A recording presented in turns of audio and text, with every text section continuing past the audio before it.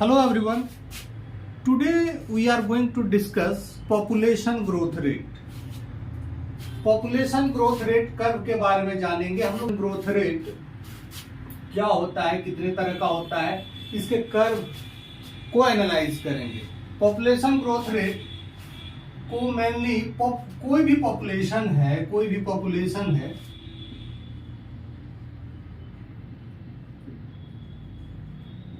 Population क्या है, एक ही स्पीसीज के इंडिविजुअल का एक समूह है जो किसी खास स्थान पर रहता है, तो उसको हम पॉपुलेशन कहते हैं। तो कोई भी जो पॉपुलेशन है उसमें वो अपना साइज बढ़ाता है, तो इसमें एक टेंडेंसी होती है tend to increase. Every population tends to increase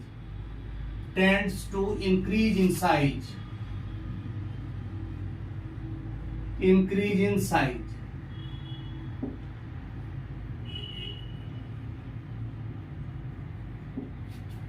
और दूसरी जो खासियत है पॉपुलेशन की, every population has its intrinsic population rate.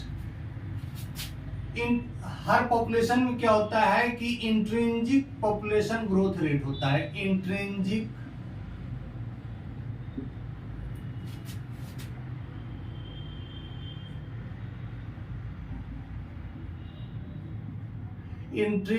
intrinsic growth rate to increase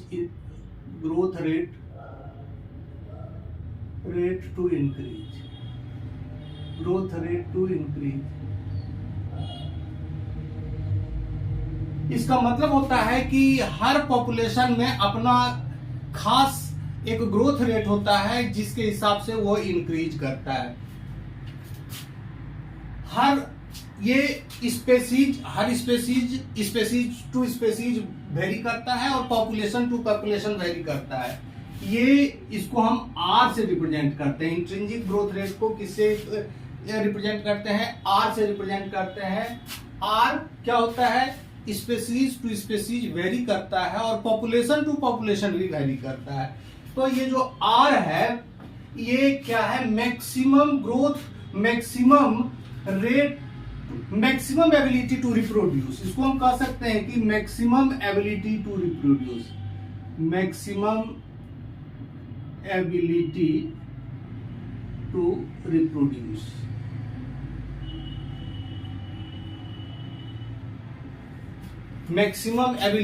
reproduce. एक पॉपुलेशन का यूनिट लें तो उसमें जितना वो रेट उसका फास्टर होगा उतना ही आर फास्टर होगा। एक यूनिट पॉपुलेशन के लिए जो इंक्रीज का पॉपुलेशन इंक्रीमेंट का रेट होगा उसी को हम आर कहते हैं। अब हम देखते हैं कि जो पॉपुलेशन का ग्रोथ रेट है ये दो तरह का होता है। एक जे शेप कर्व होता है। सो फार एज जे शेप का कर्व होता है, ये एक्सपोनेंशियल ग्रोथ को रिप्रेजेंट करता है। Exponential growth.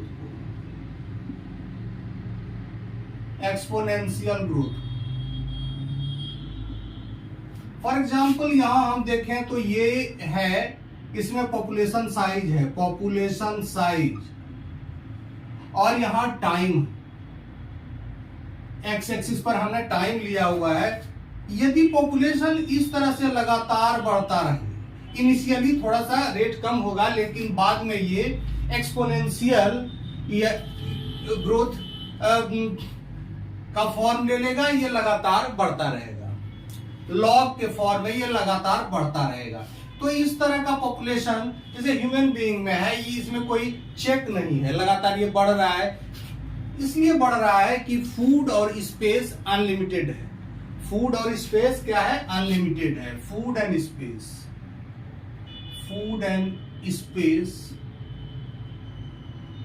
Unlimited.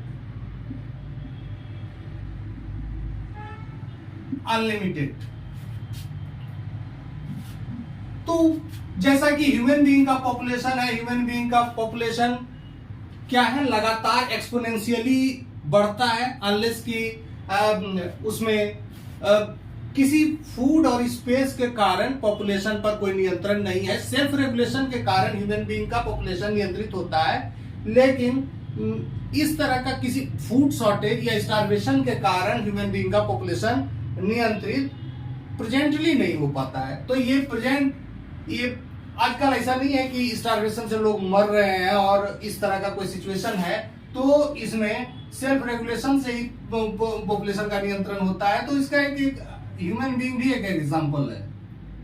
Human being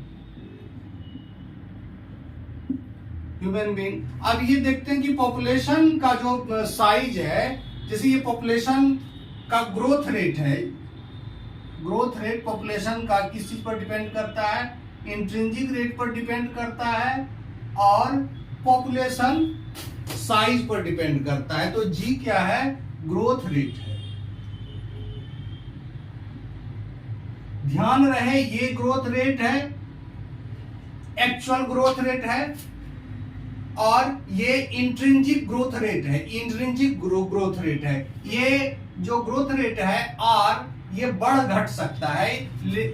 तो ये ग्रोथ रेट आर है और ये पॉपुलेशन का साइज एन क्या है, पॉपुलेशन का साइज, पॉपुलेशन का साइज। और टाइम के अगेंस्ट हमने ग्राफ लिया है, तो इस तरह का हमको मिला है। का जो ग्राफ है ये हमेशा ट्रू नहीं होता है। ज्यादातर केस में क्या होता है कि ग्राफ जो होता है वो सिग्मॉइड होता है, सिग्मॉइड होता है, सिग्मॉइड होता है, यानी कि पॉपुलेशन का शुरुआत में तो ये लॉग फेज रहता है, इनिशियली स्लो होता है, इसको कहते हैं lag phase, lag phase, log phase, और ये stationary phase, stationary phase, stationary phase. ये इनिशियली स्लो ग्रोथ होता है, बाद में एक्सपोनेंशियल फॉर्म में आ जाता है पॉपुलेशन का ग्रोथ, और सबसे लास्ट में क्या होता है कि स्टेशनरी हो जाता है। ये एक रियलिस्टिक ग्राफ है, कारण कि कहीं भी जब पॉपुलेशन का ग्रोथ होगा तो फूड और स्पेस तो अनलिमिटेड जनरली नहीं रहता है, तो ये शॉर्ट करेगा और ये स्टेशनरी फेज में आ जाएगा। स्टेशनरी फेज में क्या होता है कि बर्थ रेट और डेथ रेट बराबर हो जाता है, birth rate is equal to death rate, death rate. ऐसा नहीं होता है कि नया ऑर्गेनिज्म स्टेशनरी फेज में नहीं बनता है, नया ऑर्गेनिज्म भी बनता है, लेकिन उसी रफ्तार से वो खत्म भी होता है। तो ये डेथ रेट के कारण ये होता है। ये जो लॉजिस्टिक या सिग्मॉइड ग्राफ है, this is the S shaped और सिग्मॉइड ग्राफ, एस शेप्ड और सिग्मॉइड ग्राफ।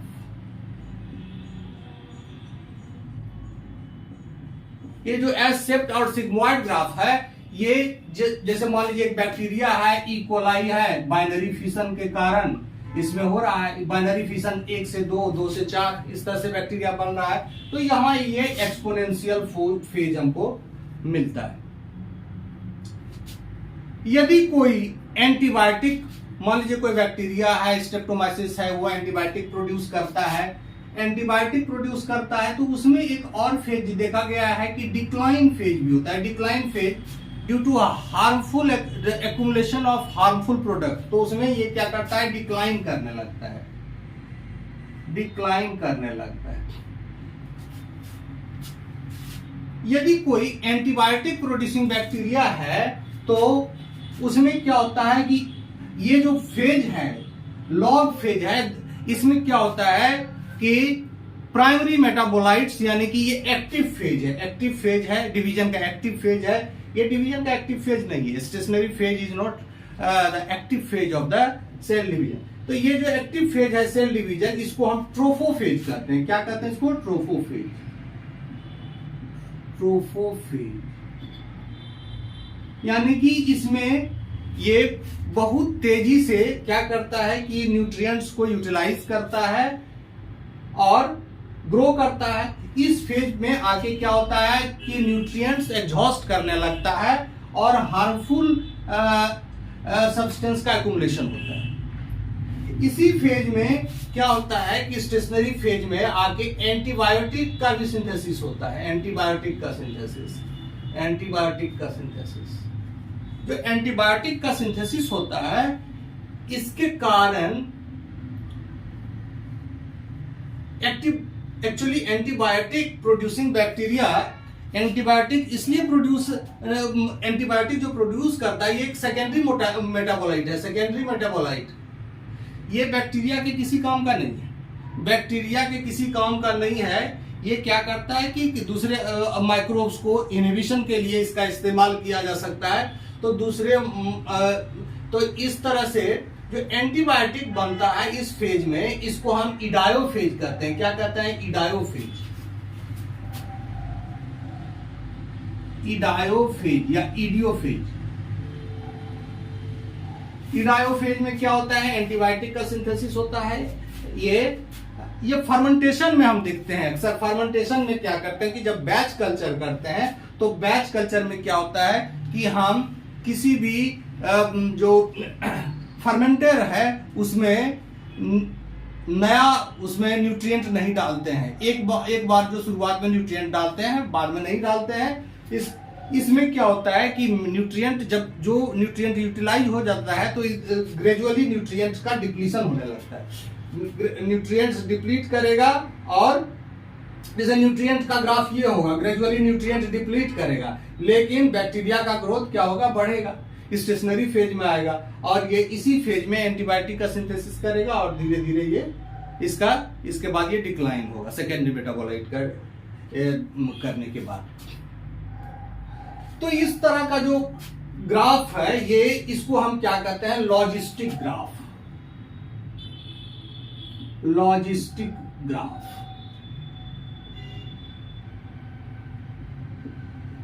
लॉजिस्टिक ग्राफ क्योंकि इसमें एक लॉजिस्टिक सप्लाई है कि फूड जो है या स्पेस जो है, it can not be unlimited for any population. किसी भी पॉपुलेशन के लिए नहीं होगा। शुरुआत में ठीक है, एक्सपोनेंशियल फेज है, कभी न कभी तो ये खत्म होगा। फॉर्मूला है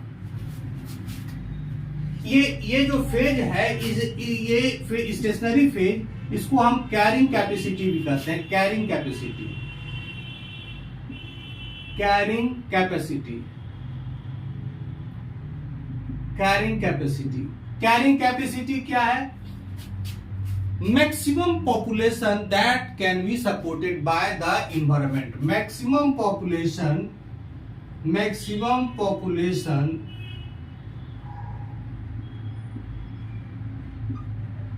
that can be supported by environment. Supported by environment.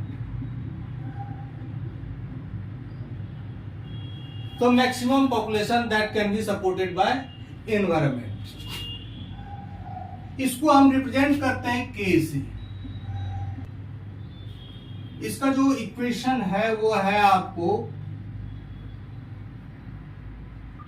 G equal to R N K minus N divided by के।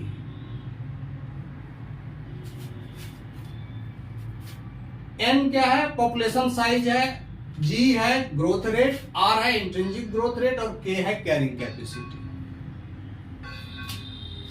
इसको इस फॉर्म में भी हम लिखते हैं 1 माइनस एन बाय के। इसको हम इस फॉर्म में भी लिखते हैं। इसका मतलब है कि ये इसको हम यदि आर से गुना करें तो कैरिंग कैपेसिटी ये जो पॉपुलेशन डिक्रीज करता है वो किस फैक्टर से? एन बाई के से डिक्रीज करता है। फॉर एग्जाम्पल इसको आर से हम गुना करें तो क्या होगा? आर माइनस आर एन की। समझ रहे हैं?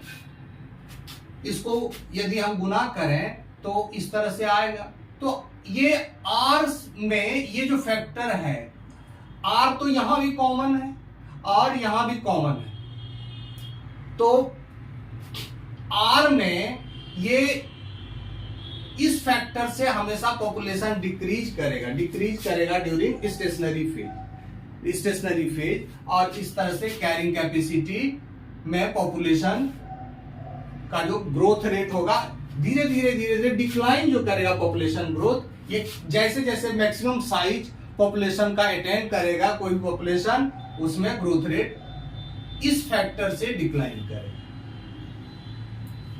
और सारा चीज तो एक ही है, ये भी पुराना इक्वेशन है, एक्सपोनेंशियल वाला इक्वेशन है, ये हमने ये जोड़ा है बाद में, ये कैरिंग कैपेसिटी इस फैक्टर से डिक्रीज करता है। इसके बारे में ये बताते हैं कि ये जो सिग्मॉइड फेज है, यहां जो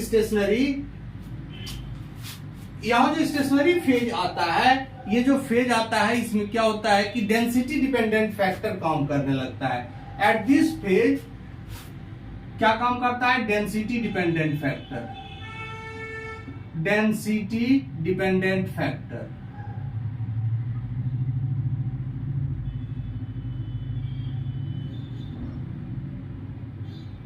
डिपेंडेंट फैक्टर का मतलब है वही shortage of population, shortage of food, shortage of space, और intra specific struggle for the remaining resources, जो बच रहा है उसमें रिसोर्स के कारण ये स्ट्रगल बढ़ जाता है, इसीलिए हम इसको क्या कहते हैं? Density dependent factor.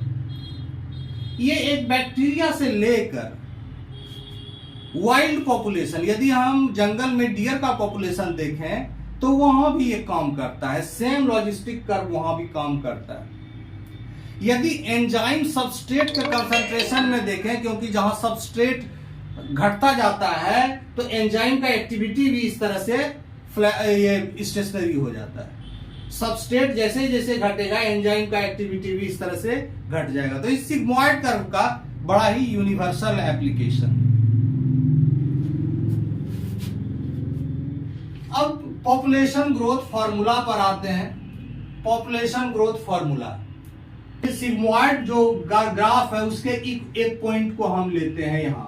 मान लीजिए कि ये पॉपुलेशन का ग्रोथ यहां बढ़ रहा है और ये एक छोटा सा सेगमेंट हम लेते हैं। यहां पॉपुलेशन P0 है और after time it's become PT, और ये टाइम इस पर है। टाइम जो है, टाइम का ग्राफ, ये जो टाइम है ये टाइम यहाँ है एक्स एक्सिस पर, टाइम T। इस टाइम में क्या होता है कि P0 जो है, P0 पॉपुलेशन टाइम T के बाद PT बन जाता है, final population. This is initial and this is final. Initial population, और ये क्या है? After time T, population after time T, population after time T, population after time T। तो इसको हम लोग इस तरह से लिखते हैं, इस फॉर्मूला को, PT equal to P0 into ERT। इसमें PT final population, P0 initial population, और ये E जो है, E है यूलर नंबर। यूलर नंबर जिसका वैल्यू है 2.71828। This is the most beautiful number in the mathematics. अब ये E में देखिए, R क्या है? R जानते हैं इंट्रिंसिक रेट है, और T क्या है? टाइम।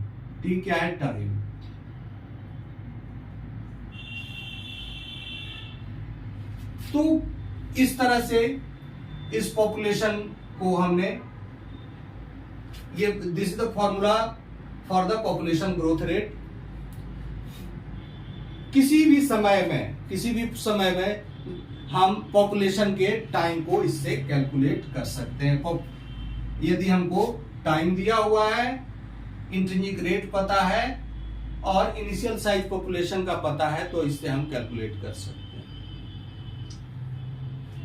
अब इंट्रिंसिक रेट जो आर है, आर ये आर पॉजिटिव भी हो सकता है, पॉजिटिव भी हो सकता है और निगेटिव भी हो सकता है, निगेटिव भी हो सकता है। यहां आर 0, यानी कि यदि आर 1 से ज्यादा है तो क्या होगा कि पॉजिटिव ग्रोथ होगा, पॉजिटिव ग्रोथ होगा, पॉजिटिव ग्रोथ होगा। हर स्पेसीज का अपना अपना आर है। मान लीजिए एलिफेंट का आर बहुत कम है, बैक्टीरिया का आर बहुत ज्यादा है। Rate to maximum ability to reproduce वो बैक्टीरिया का ज्यादा है, एलिफेंट का कम है। क्योंकि आर यदि निगेटिव होता है तो पॉपुलेशन डिक्लाइन करेगा। पॉपुलेशन क्या होगा? डिक्लाइन करेगा, डिक्लाइन करता है। तो इस तरह से हमने देखा कि पॉपुलेशन साइज में आर का क्या इंपॉर्टेंस है, इंट्रिंसिक रेट का क्या इंपॉर्टेंस है, और कैसे कैरिंग कैपेसिटी के द्वारा, कैरिंग कैपेसिटी जब मैक्सिमम पॉपुलेशन को रीच कर लेता है तो कैसे आर एक फैक्टर से डिक्रीज करता है, करता चला जाता है, जिसके कारण ये जो है स्टेशनरी फेज में चला आता है, लॉग फेज से स्टेशनरी फेज में चला आता है। तो आई थिंक ये रहा होगा, आज का टॉपिक बेनिफिशियल रहा होगा और आप लोगों के फायदे का होता है। Okay, thank you.